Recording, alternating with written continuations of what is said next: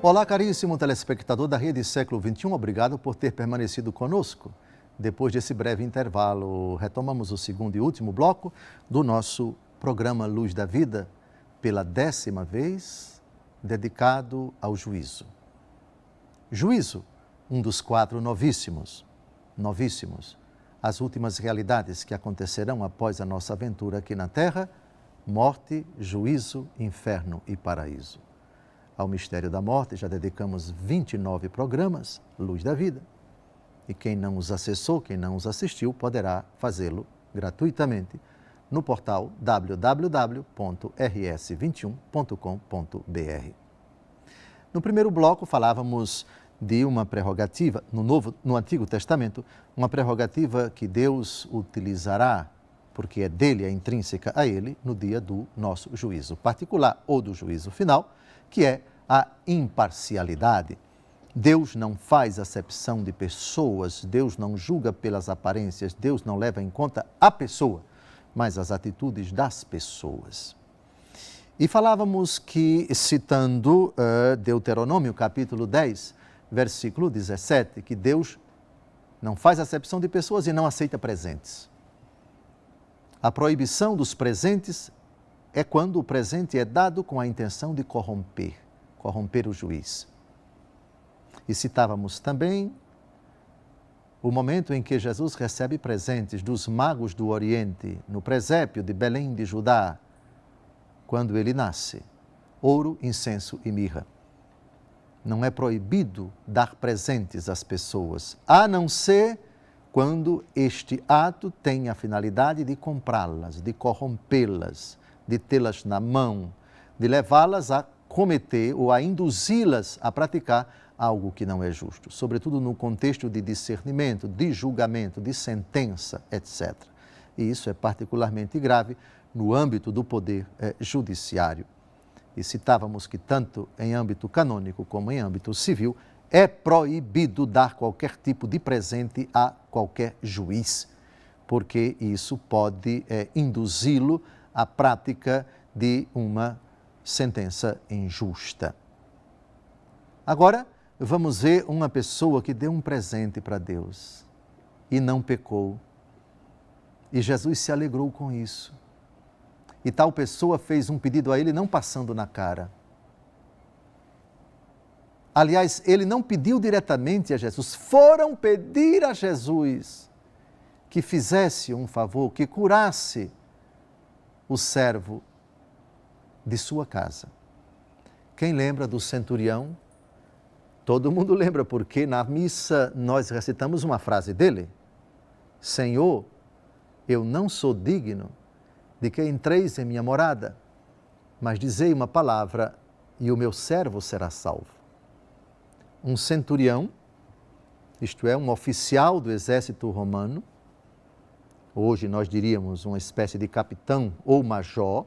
Centúria é uma divisão do exército composta de 100 homens, centurião vem de centúria, centúria vem de 100 soldados, o que equivaleria no nosso exército, na nossa marinha, na nossa aeronáutica ou na nossa polícia militar, o corpo de bombeiros, um grupamento, uma companhia de 100 soldados.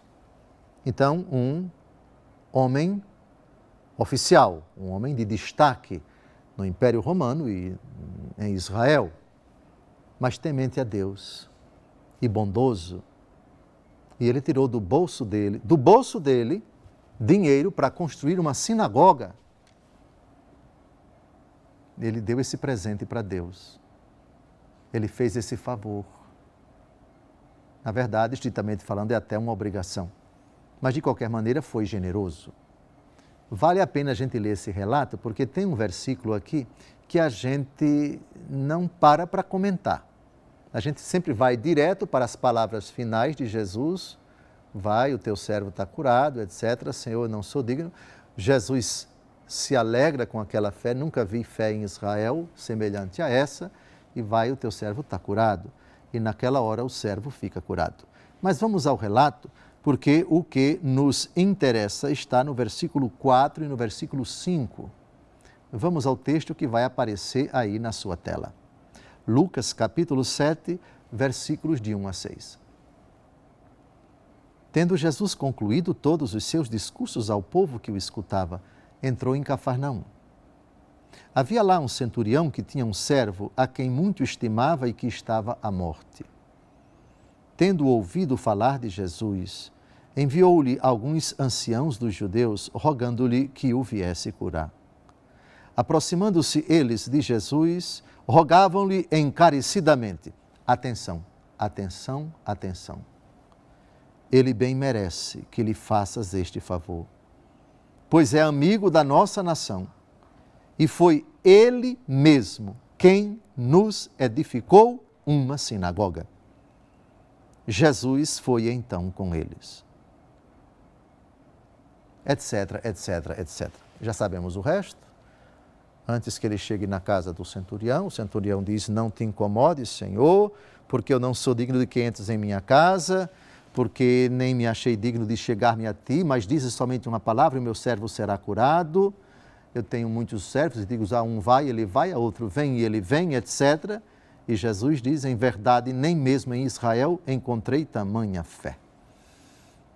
E ali mesmo, sem chegar perto do servo, Jesus cura, graças à fé do centurião, do seu patrão. Mas o que nos interessa aqui é exatamente isso. Um homem bom, esse centurião, que tirou do seu próprio bolso. Repare que o texto diz no versículo 5, amigo de nossa nação, ele mesmo nos edificou uma sinagoga. O que é sinagoga? É a casa de oração dos judeus. Cada cidade tinha uma. Somente Jerusalém é que tinha o templo onde se realizava o sacrifício. Mas as outras cidades tinham a casa de oração, a sinagoga, isto é, a casa da reunião, a casa da congregação. Congregação para orar, para louvar a Deus, etc. Cada cidade tinha uma. Então ele, com o seu próprio dinheiro, edificou uma sinagoga. Ele não comprou Deus. Isso foi expressão da sua gratidão. Foi algo desinteressado. E quando ele foi ao encontro de Jesus, que já vinha para a sua casa, Senhor, eu não sou digno. Repare que ele nem tratou do fato de ter construído uma sinagoga. Claro que Jesus o advertiu. E Jesus, como Deus, também já sabia. Jesus, como Deus, sabia de tudo. Os judeus que são emissários desse centurião recordaram para Jesus aquilo que Jesus já sabia. E reparem a atitude de Jesus. Jesus então foi com eles. Jesus levou em conta essa frase: ele bem merece que faças este favor. O que foi que o centurião fez para Deus? Devolveu a Deus o que é dele. Com o seu próprio dinheiro. Sim, a generosidade para com Deus não significa em absoluto que você pretende comprar o juízo de Deus.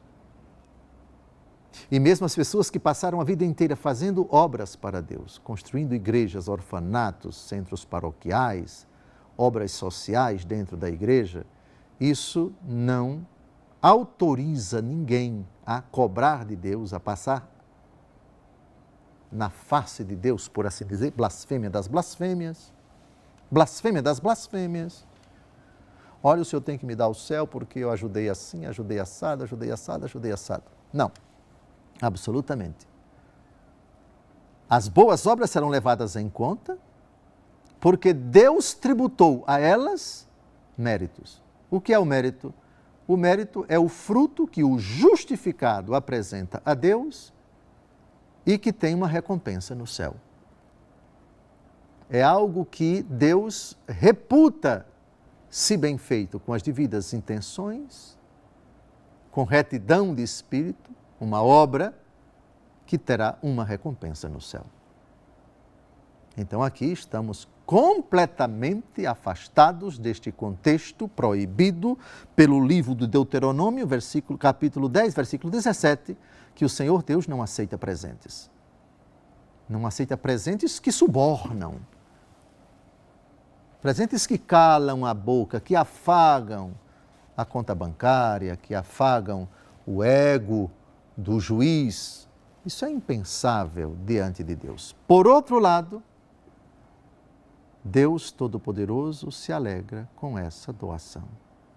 Deus Todo-Poderoso considera, por favor, Lucas capítulo 7, versículo 4, Ele bem merece que faças este favor, pois é amigo da nossa nação e foi Ele mesmo quem edificou uma sinagoga. Homem bom, homem generoso.